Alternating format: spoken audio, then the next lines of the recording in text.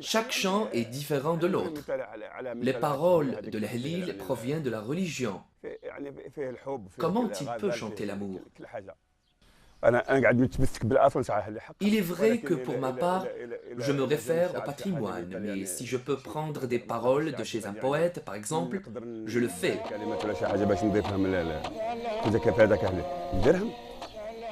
Il peut y avoir coordination entre nous. Il y a des gens qui pensent qu'il faut que le Halil reste tel qu'il est. Bon, moi j'ai la faiblesse de penser que c'est d'une chose, bien sûr, que le Halil reste tel qu'il est, que les jeunes l'écoutent, mais si on veut que le Halil sorte des frontières, il faut qu'il se frotte, parce que c'est le problème de la mondialisation, il faut qu'il se frotte à d'autres musiques, que ces rythmes soient repris par d'autres musiques, c'est ça qui le fera sortir. Et c'est tout à fait intéressant, et je me demande si ce n'est pas aussi par ce biais qu'on va aussi vers la commercialité, et qu'un genre ou disons des arrangements où on utilise la Halil peut pousser peut-être un auditeur ou un auditoire qui ne connaît pas la Halil traditionnelle à venir vers la Halil ancien. Voilà. Ça aussi, c'est pour ça que c'est des passerelles qu'il faut lancer. Il ne faut pas avoir peur de l'aventure en matière musicale.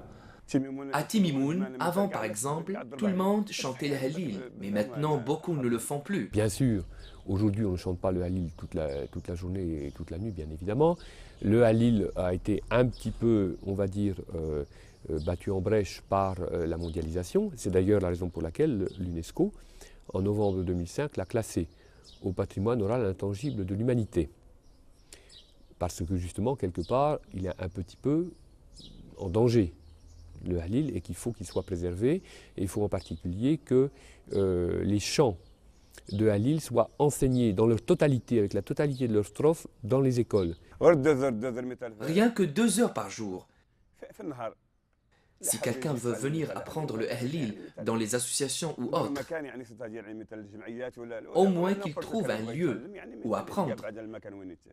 Et même jadis, que ce soit les Adbuchini ou les instrumentistes étaient placés chez des maîtres, chez des ma'alim qui leur apprenaient, donc il y avait une démarche de transmission qui actuellement, je ne sais pas si elle est vraiment omniprésente, mais donc c'est un peu à cause de ça qu'on a un peu perdu cette mémoire.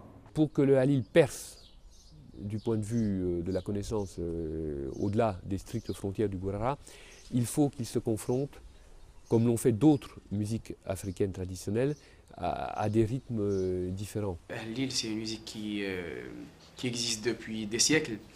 Et là, on a le blues et les autres types musicaux comme blues, jazz. Là, on a trouvé par notre expérience qu'on a faite, que vous allez l'entendre après, que c'est une musique qu'on peut la fusionner avec d'autres styles musicaux. Comme on a fait ça avec le reggae, et ça a donné un métissage assez important. Même les Halil doivent se jouer de manière traditionnelle, mais rien n'empêche qu'à côté, bon, ça ne sera plus le Halil du Gourara, mais ça sera autre chose, inspiré de la Halil.